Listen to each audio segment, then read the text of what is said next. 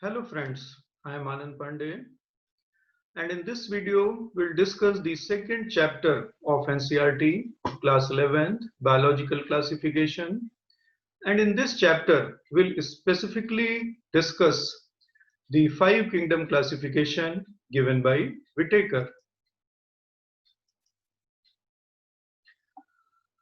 So issue for us is five kingdom classification, but it developed as a result of efforts by many scientists which started from Linnaeus.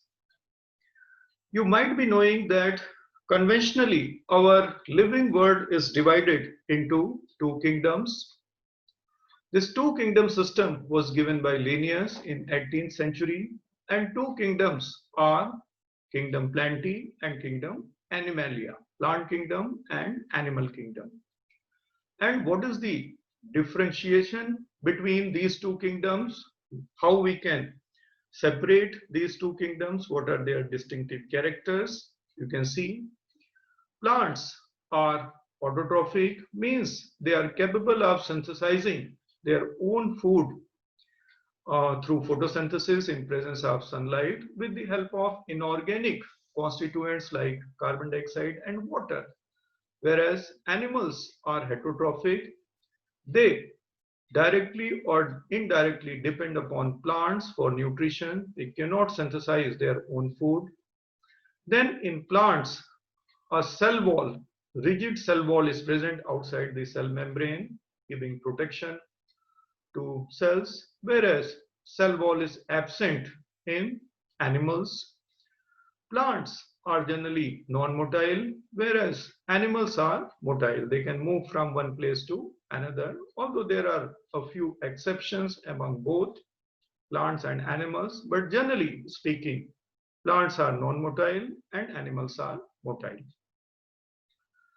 This two kingdom scheme went well for a very long period of time, but as the science progressed, more and more groups were discovered, their characters were studied, and it was found that this two kingdom scheme is inadequate.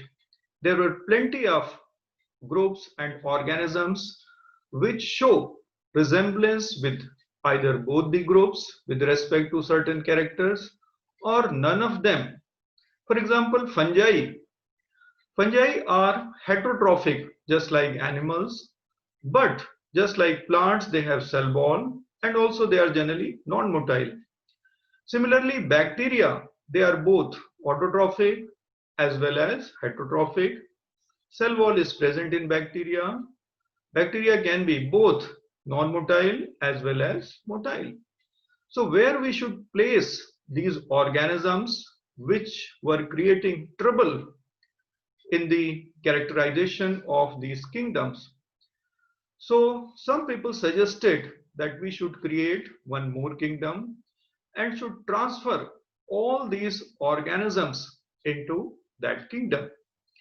So this scheme, this proposal was ultimately finalized, and number of kingdoms became from 2 to 3.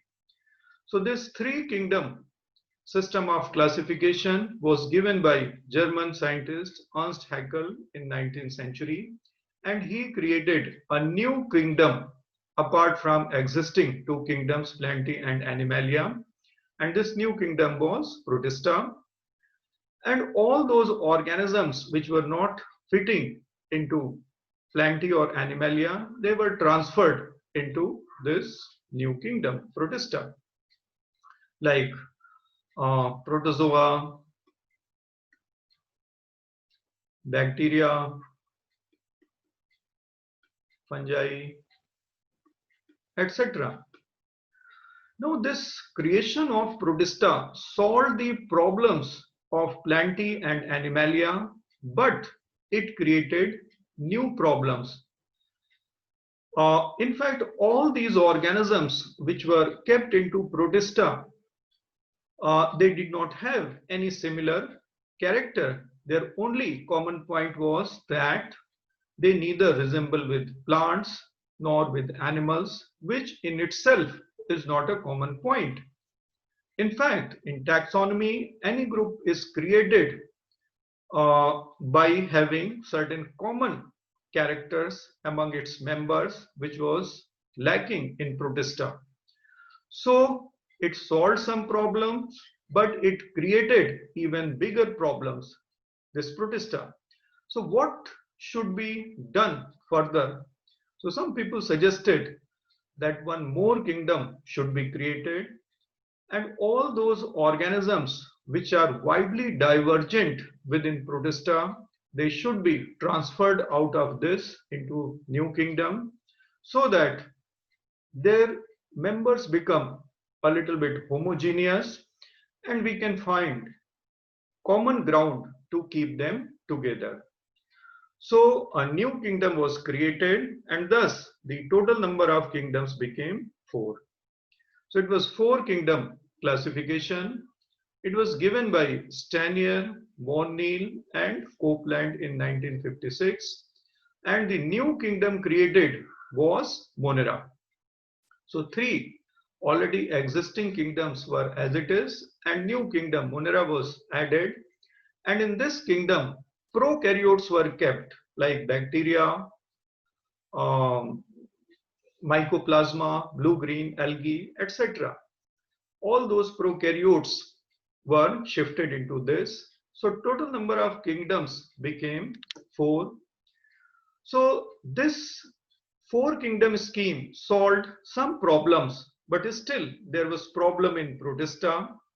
So one more kingdom was created out of Protista, and thus total number of kingdoms became 5.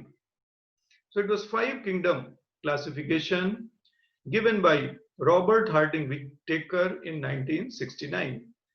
Whittaker was an American ecologist. So he proposed this 5 kingdom classification, and in this system for the first time he created kingdom fungi. He raised the status of fungi to a new kingdom, and thus total number of kingdoms became 5. Whittaker used 5 criteria to give his 5 kingdom classification. And what were these criteria? These were complexity of cell, complexity of organisms, mode of nutrition, major ecological role, and phylogenetic relationship. What are these? They are in fact important criteria, and we can discuss each of them one by one through a flow sheet, because this 5 kingdom classification is often represented through a flow sheet for better understanding. So let us see these criteria one by one. The first criterion used by Whittaker was complexity of cell, on the basis of which he divided living world into 2 groups, prokaryotes and eukaryotes. Monerans were kept into prokaryotes, and remaining 4 kingdoms, Protista, Plantae, and Animalia, they were kept among eukaryotes. What are prokaryotes? Prokaryotes have a very simple cellular organization. Their complexity is very low, and this type of cell is called as prokaryotic cell. Means their genetic material is directly present in the cytoplasm. Their DNA is present in the cytoplasm, and it is not surrounded by a well-marked nuclear membrane. Whereas in eukaryotes, their DNA, their genetic material is surrounded by nuclear membrane. This DNA is cut off from the cytoplasm by nuclear membrane. So eukaryotes have a much more complex organization as compared to prokaryotes. Not only nucleus, eukaryotes have membrane-bound cellular organelles for specialized functioning. For example, they have chloroplast, mitochondria for dedicated functions. Other membrane-bound cellular organelles are also present like Golgi bodies, endoplasmic reticulum, lysosome, etc. So these are dedicated cellular organelles, like in chloroplast there is photosynthesis, in mitochondria there is ATP production. So they have specialized chambers or compartments for specialized functioning. Whereas in prokaryotic cells, all the life activities go on in the single cell, in the single chambered cytoplasm. So complexity of eukaryotic cell is regarded as of higher order. Then eukaryotes were further divided on the basis of complexity of organisms. Unicellular eukaryotes were kept into protista and multicellular eukaryotes were differentiated into plenty, fungi and animalia. So unicellular eukaryotes at the level of organism are simple, whereas multicellularity is supposed to be a more complex feature. Then a group of multicellular or kingdoms of multicellular eukaryotes were further divided into different groups on the basis of third criterion, it was mode of nutrition. For example, plants, they are autotrophic. Fungi are heterotrophic, having absorptive mode of nutrition. They absorb food from outside in the form of soluble components, whereas animals have heterotrophic ingestive mode of nutrition. They take macromolecules inside their body and then it is digested inside the cell. Then the fourth criterion was major ecological role. What roles these multicellular eukaryotes play in nature? So plants are producer, they produce food for themselves as well as for others with the help of photosynthesis, converting solar energy into chemical form. Animals are consumer, they take food from plants and whatever is left after their consumption or after their death or after their excretion, that is decomposed and recycled by fungi. So fungi are responsible for recycling of these basic components by breaking them down and releasing in the environment. And fifth and most important criteria was phylogenetic relationship. What is phylogeny? A study of evolutionary history is called as phylogeny. And what is evolution? Gradual progression from simple form to complex form is called as evolution. So this arrow actually represent the direction of evolution. And these five kingdoms are arranged according to their evolutionary or phylogenetic relationship. In fact, all these arrows which you see here, they show the direction of evolution. So on our planet, the organisms which first came into existence were very simple, having very simple type of cell, and they were prokaryotes, now kept under monera. Then through the process of evolution, these monerans evolved and they gave rise to a more complex type of cell which we now call as eukaryotic cell, and such eukaryotic organisms are now kept into protista. Then these protistans started diversifying in three parallel branches of multicellular eukaryotes. From one branch, plants developed, from another branch, fungi developed, and from third branch, animals developed. So all these kingdoms came into existence as a result of the process of evolution, and all these five kingdoms are linked with each other through phylogeny or their evolutionary linkage through their ancestry. So this fifth criteria, phylogenetic relationship, is quite important, and this arrow gives an idea what is the broad direction of evolution, which was the fifth consideration by Whitaker. So this is the most popular model for our living world and its different kingdoms by Whitaker. It is being followed word over, and your NCERT is also based on this 5 kingdom classification. However, after this, a new classification came where total number of kingdoms were raised to 6, and this classification was created by splitting Monera or kingdom of prokaryotes into 2 parts.